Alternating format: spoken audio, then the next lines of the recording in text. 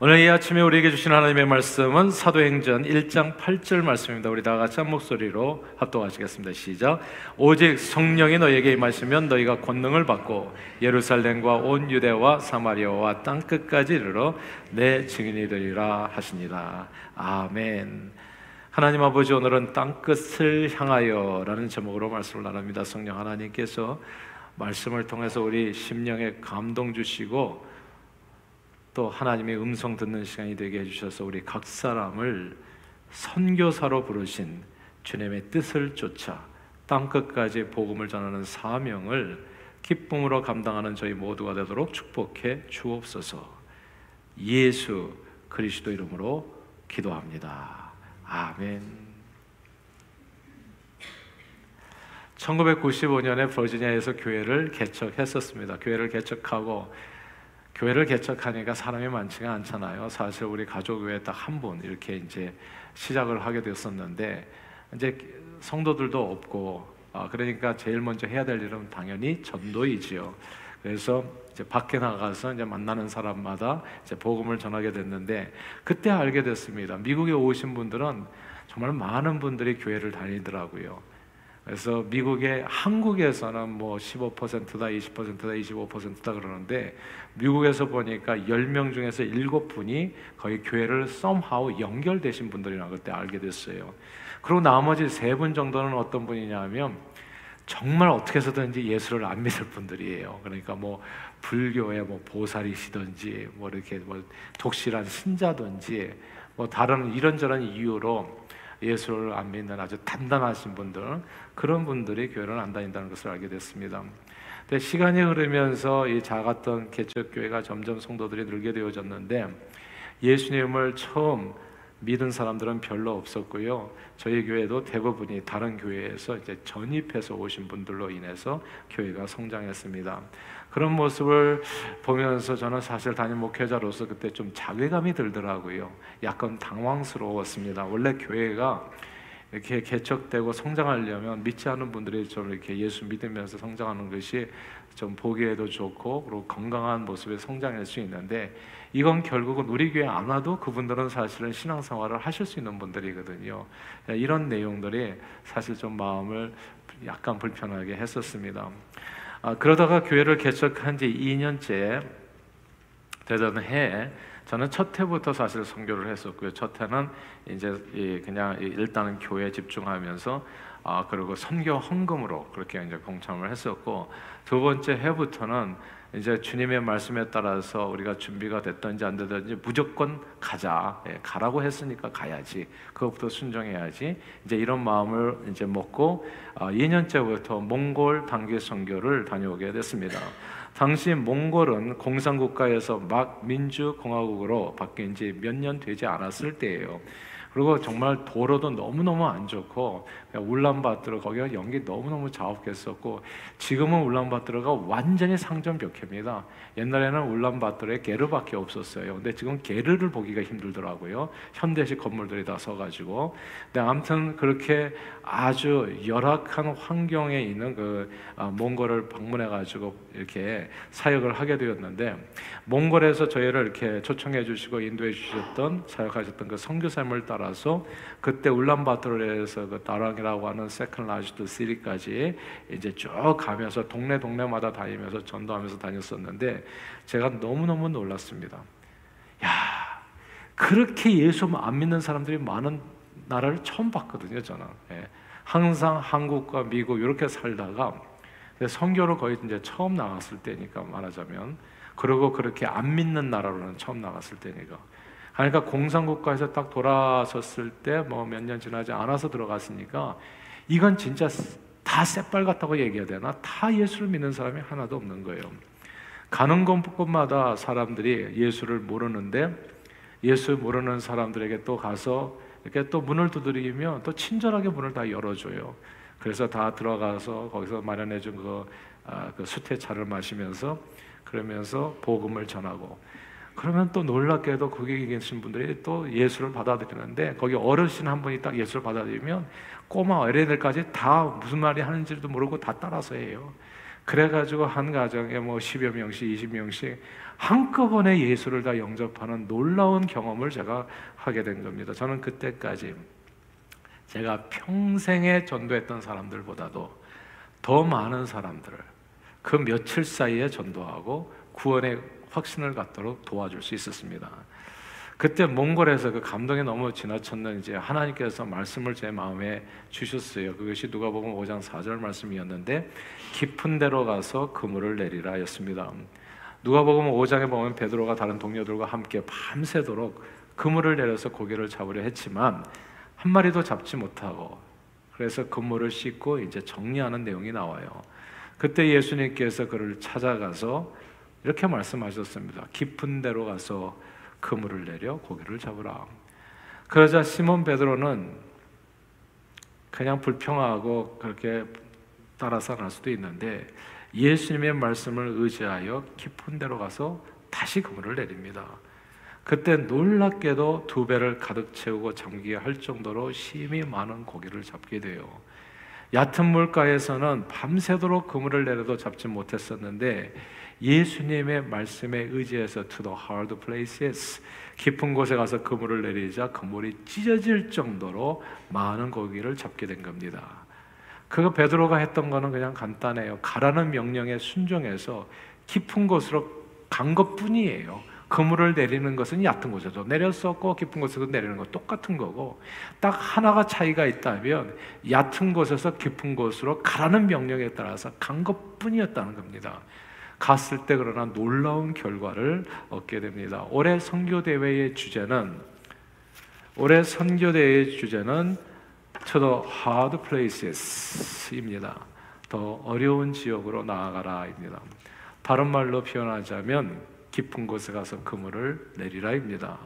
오늘 본문 사도행전 1장 8절의 이야기도 마찬가지예요. 다시 한번 읽어볼까요? 사도행전 1장 8절 말씀입니다. 함께 읽겠습니다. 시작. 오직 성령이 너희에게 임하시면 너희가 권능을 받고 예루살렘과 온 유대와 사마리아와 땅 끝까지 이르러 내 증인이 되리라 하시니라. 아멘. 여기서 예루살렘, 온 유다, 사마리아 그리고 땅 끝까지 이르러 내 증인이 되리라, 이 구절을 주목할 필요가 있습니다. 예루살렘이라고 하는 의미는 우리 주변에 사는 같은 민족 공동체를 뜻한다고 볼 수 있어요. 유대인들이 예루살렘에 살잖아요. 그리고 우리 주변에, 우리 내 집 가까운 데 사는 같은 민족, 그러니까 이 리틀페리에 사는, 뉴저지에 사는 한인들을 의미한다고 볼 수 있습니다. 또 온 유대는 무엇을 의미할까요? 다른 지역이에요. 내가 살고 있는 데서 좀 먼 데 살고 있는 같은 민족 공동체를 뜻한다고 이해할 수 있습니다. 예를 들어서 뭐 조지아나 시카고나 또 뉴욕이나 그리고 캘리포니아 같이, 혹은 한국까지 포함해가지고 좀 먼 데 사는, 그러나 우리 같은 민족 공동체. 사마리아는 어떤 것입니까? 우리 주변에 있는 다른 민족 공동체를 뜻한다고 이해할 수 있습니다. 리틀페리에 살고 있는데 뭐 인도에서 오신 분이랄지, 뭐 캄보디아에서 왔던 분이랄지, 뭐 유럽에서 왔다든지 라틴 아메리카에서 왔다든지, 같은 지역에 사는 타민족 공동체를 사마리아하고 이해할 수 있고, 땅끝은 아주 먼 데 있는 타민족 공동체를 뜻한다고 볼 수 있습니다. 하나님께서는 이 말씀을 통해서 예루살렘, 온 유다, 사마리아, 땅끝이라는 말씀을 통해서 저와 여러분 예수 믿는 성도들이 자기 민족 복음화뿐만이 아니라 타민족 복음화를 위해서도 우리를 부르셨다는 것을 알게 돼요. 또한 이 예루살렘, 온 유다, 사마리아, 땅끝이라는 것을 통해서 하나님께서는 우리가 비교적 접근이 쉬운 사람들뿐만 아니라, 가까운 데 사람들뿐만 아니라 to the hard places, 접근이 쉽지 않은 먼 데 있는 사람들에게도 복음을 전하기를 원하셨다는 것을 이해하게 됩니다. 그리고 놀랍게도 하나님의 말씀에 따라서 복음을 들고 예루살렘을 떠나서 온 유대와 사마리아와 땅끝으로 to the hard places, 더 깊은 곳으로 나가면 마치 2배에 채우고 잠기게 될 정도로 심히 많은 고기를 잡듯이 더욱 많은 영혼을 구하는 열매를 거둘 수도 있게 됩니다.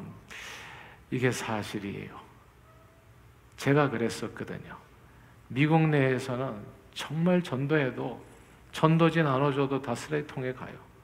근데 제가 진짜 놀랍게 그때 전도지 많이 준비해 가는데 한 장도 쓰레기통에 버리는 사람이 없더라고요. 다 받아가지고 거의 모셔두더라고요. 물론 거기는 종이가 귀한 나라라서 그런지 몰라요. 근데 아무튼 버리지는 않더라고요.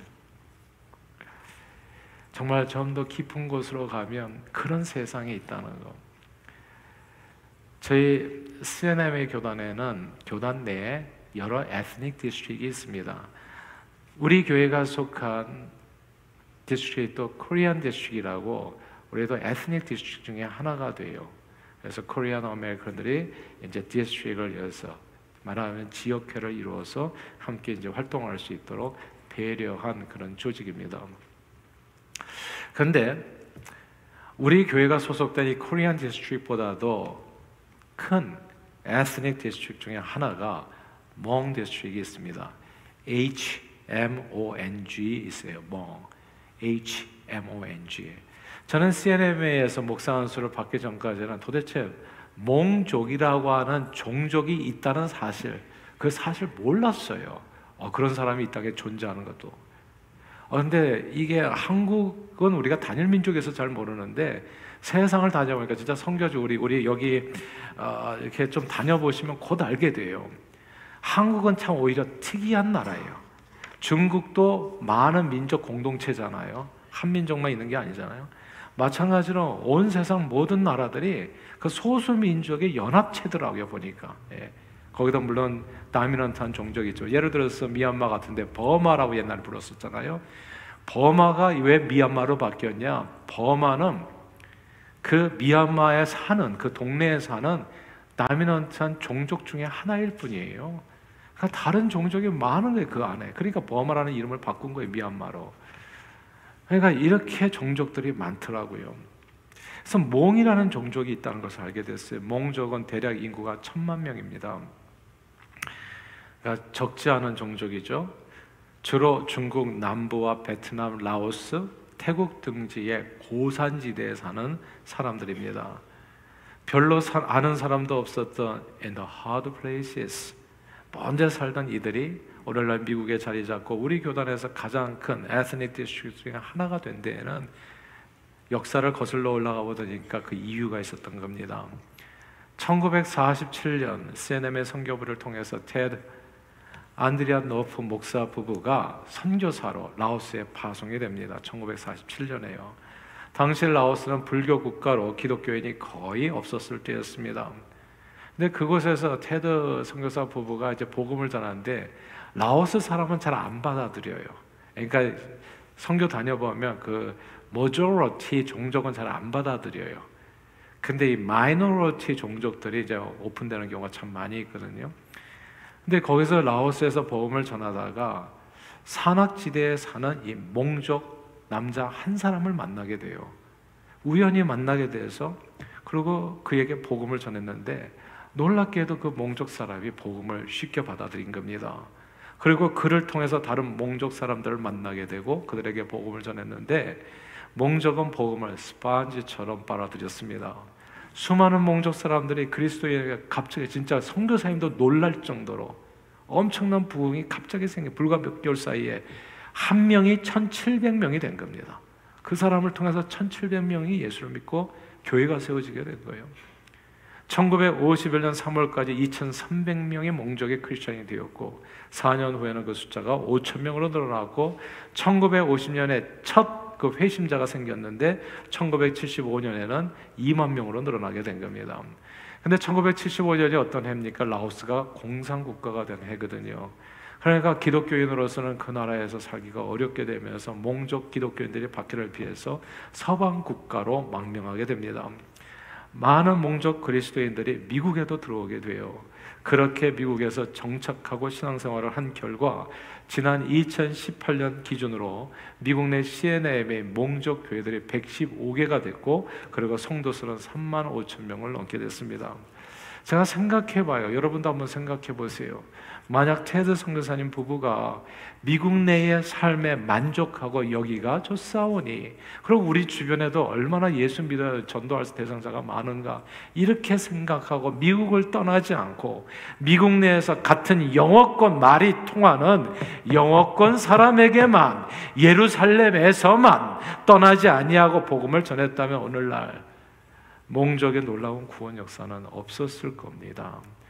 그러나 그가 성령님의 능력 음성에 순종해서 그 능력을 의지해서 미국에서 참으로 멀고 먼 to the hard places, 그곳까지 복음을 전하기 위해 깊은 곳에서 그물을 내리는 수고를 아끼지 않았을 때 놀라운 영혼 구원의 역사를, 열매를 맺게 된 겁니다.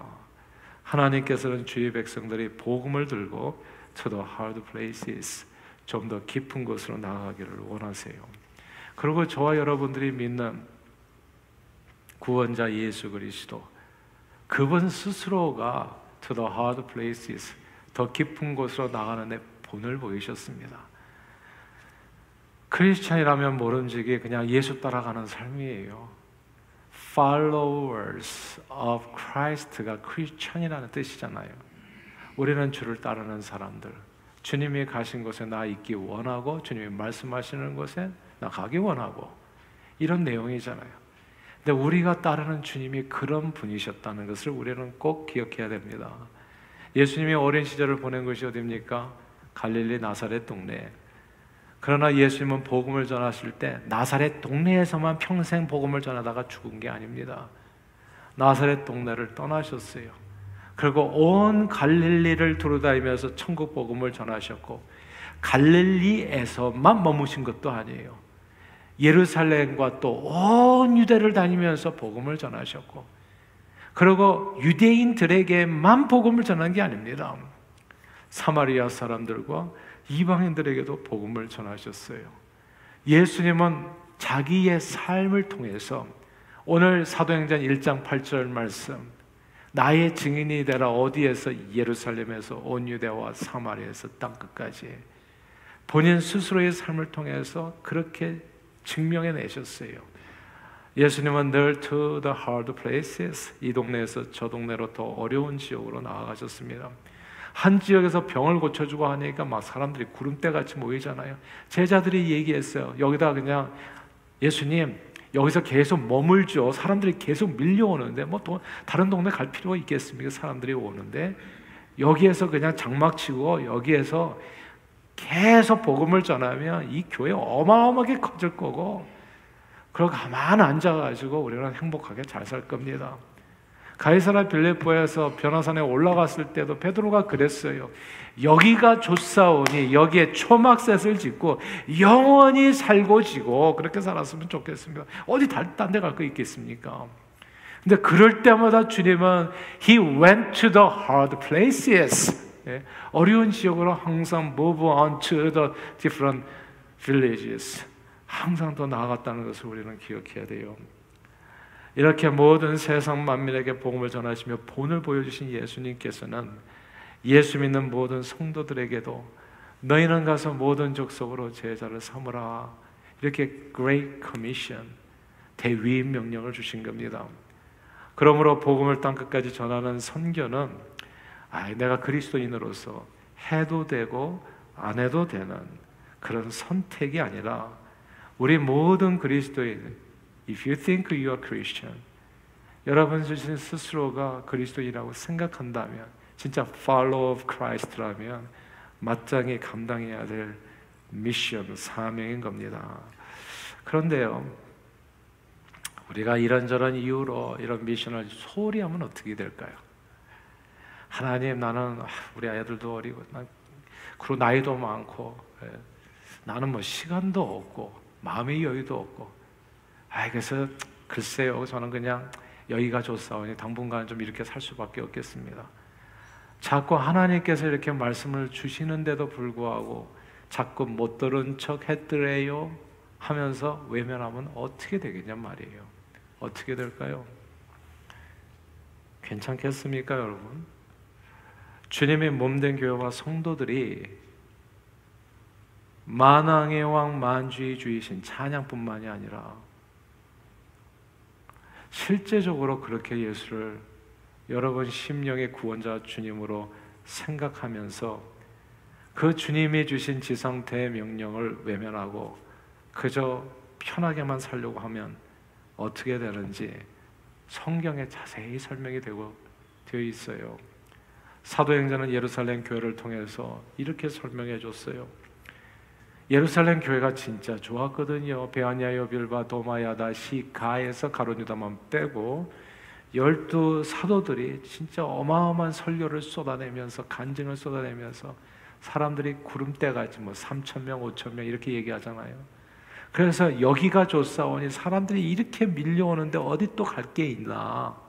그래서 여기에서 이 사람들을 먹이고 입히고 또 이렇게 말씀 전하고 부흥하는 것도 너무나 일이 많다 해가지고 살짝 주님께서 주신 너희는 가서 모든 족속으로 제자를 삼으라.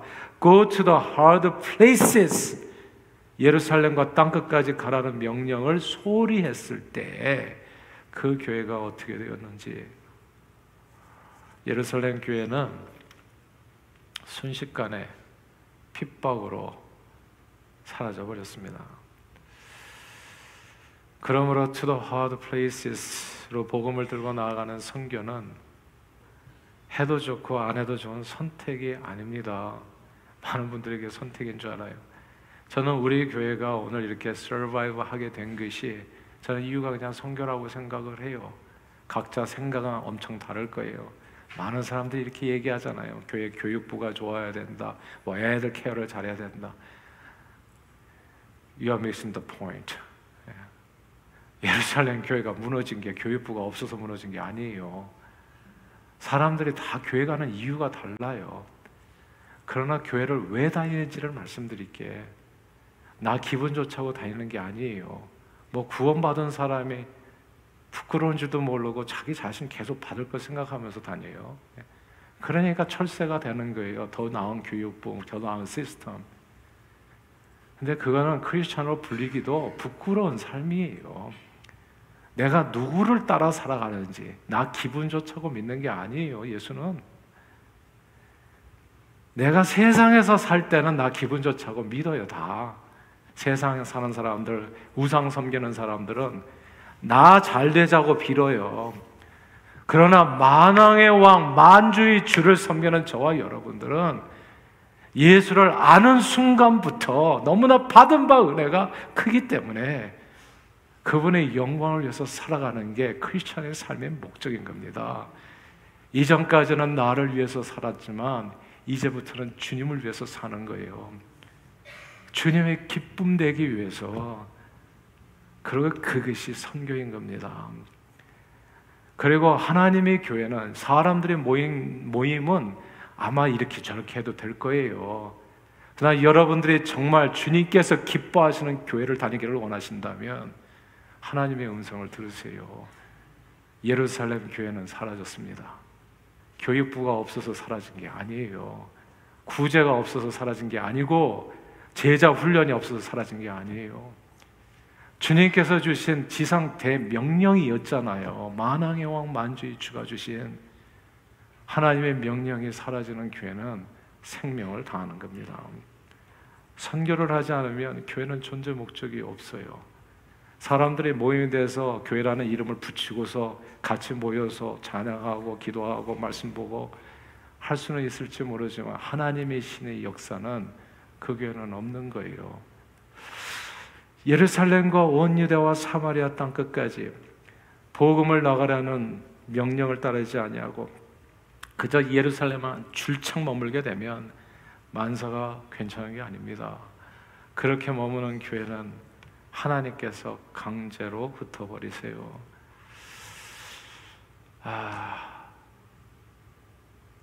원래 사도 바울은 아시아에서만 복음을 전하려고 했어요. 아시아에서만. 1차 선교여행도 아시아로 갔고요. 그래서 그때 이렇게 아실 거예요. 이고디온, 비시디아, 안디옥, 루스드라, 그래서 기적들이 많이 일어났습니다. 그래서 가는 곳마다 이제 성도들이 모이고 예수를 믿고 교회들이 세워졌죠. 그래서 2차 여행, 선교 여행도 바울의 생각은 그랬어요. 자기가 1차 선교 여행을 통해서 세운 교회들을 좀 잘 돌아보자. 여기가 좋사오니 이제 또 그게 또 예루살렘이 된 거예요. 이 정도 했으면 됐지 내가. 그런데 성령의 2차 선교 여행 중에 바울의 길을 딱 가로막습니다. 성령이 바울이 아시아에서, 성경 말씀 그대로 옮기면 이렇게 돼요. 아시아에서 복음을 전하는 것을 가로막았다고요. 너 여기서 그만해. 그리고 그의 선교의 길을 to the hard places, 유럽 대륙으로 인도하셨습니다. 유럽 대륙은 깜깜이었거든요. 그때만 해도. 근데 성령님의 명령에 순종해서 유럽 대륙으로 나갔을 때 바울은 엄청난 영혼권의 열매를 거두게 됩니다. 사실 아시아에서는 핍박도 많고 도래도 많고 그랬는데 유럽으로 건너가면서 희한하게 핍박은 사라지고 진짜 그렇게 예수를 영접하는 사람이 빌립보 교회, 고린도 교회, 데살로니가 교회 다 유럽에 세워진 거거든요. 사도 바울의 선교 여행을 통해서 훗날 온 유럽이 크리스천 국가로 변하는 놀라운 구원 역사가 이루어집니다. 그리고 그 선교의 흐름은 미국으로 갔다가 한국으로 전달돼서 오늘날 저와 여러분들이 이 자리에 있게 된 겁니다.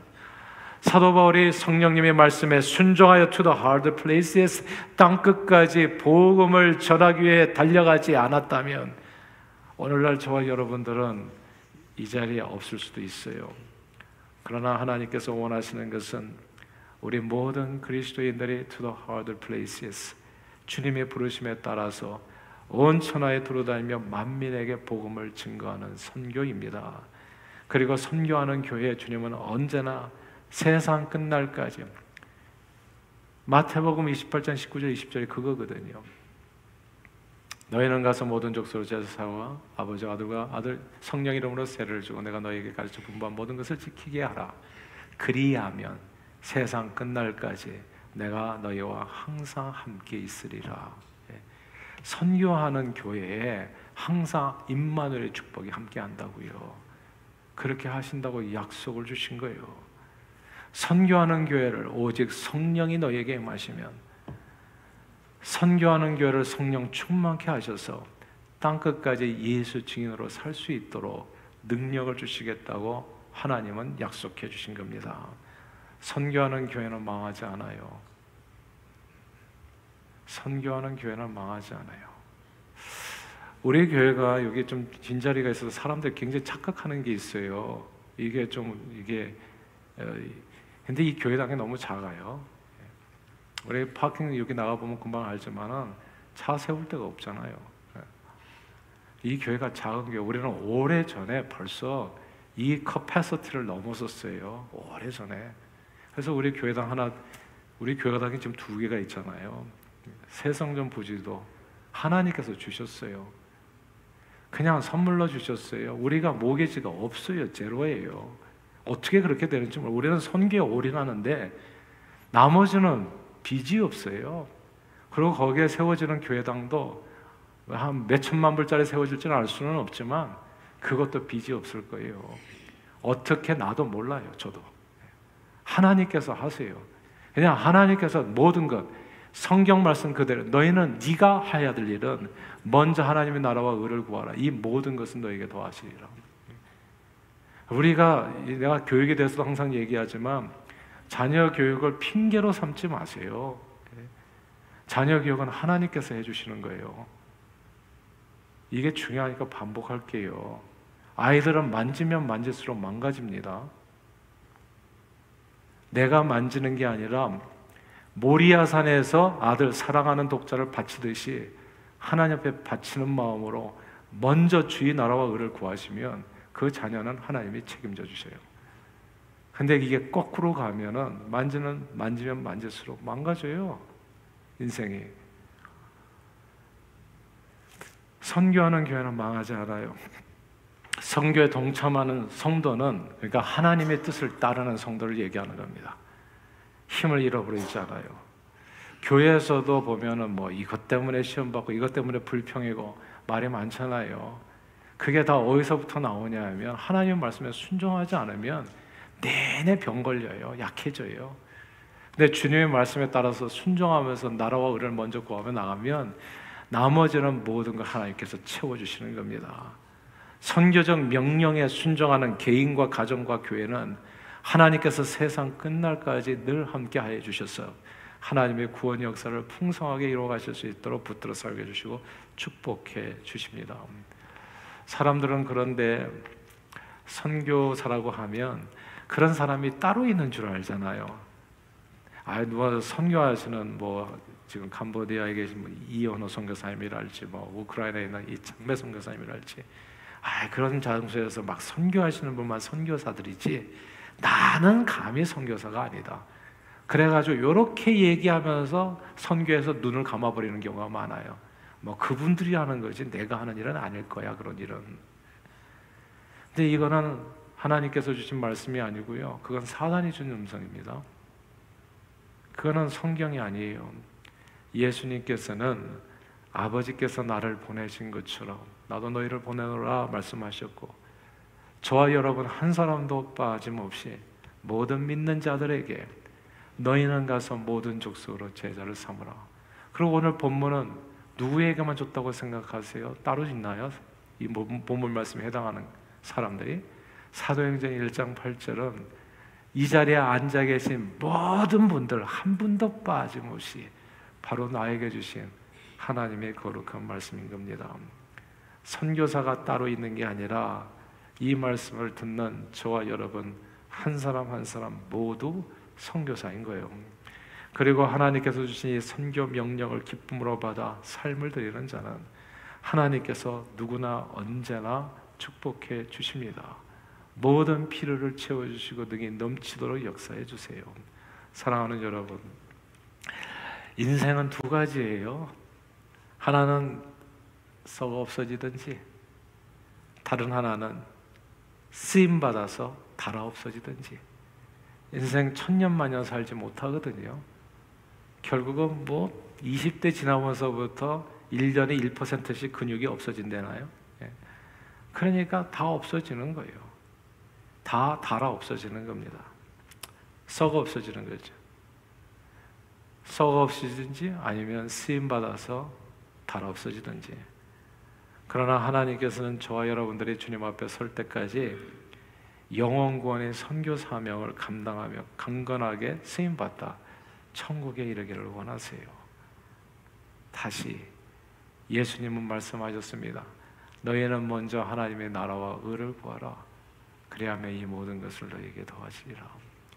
사람들은 주님의 명령에 순종하십시오 하면 이렇게 얘기하는 경우가 많잖아요. 다 순종하고 싶어요, 주님. 근데 제가 시간이 없네요. 아니면 물질이 없네요. 마음의 여유가 없네요. 아이들을 키우느라고 정신이 없어요. 근데 제가 일부 예배는 보통 연세 드신 분들이 있어요. 다 그래가지고 변명해가지고 젊었을 때는 그냥 선교 안 하고 그냥 눈 딱 감고 애만 키우고 살다가 나이가 드신 분들이 일부 예배 대다수예요. 근데 그분들은 또 뭐라고 얘기해요? 내가 나이가 너무 들었어요. 몸이 아파요. 그리고 기억력이 없어요. 갈 수가 없어요. 그럼 젊었을 때는 애 키우느라고 못 가고, 나이 들어서는 몸이 약해져서 못 가고, 그럼 언제 하는 거예요? 언제 주님을 위해서 사시는 겁니까?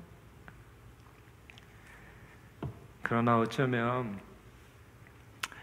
주님의 명령에 순종하지 않아서 늘 시간 없고 돈 없고 쩔쩔매며 사는지도 몰라요. 성경은 사람이 떡으로만 사는 것이 아니요 하나님의 입으로 나오는 모든 말씀으로 사는 것이기에 주님의 명령에 순종하지 않을 때 인생은 늘 목마르고 배고프게 된다고 말씀했어요. 주님 앞에 설 때까지 제가 일부 예배에서 했던 얘기예요.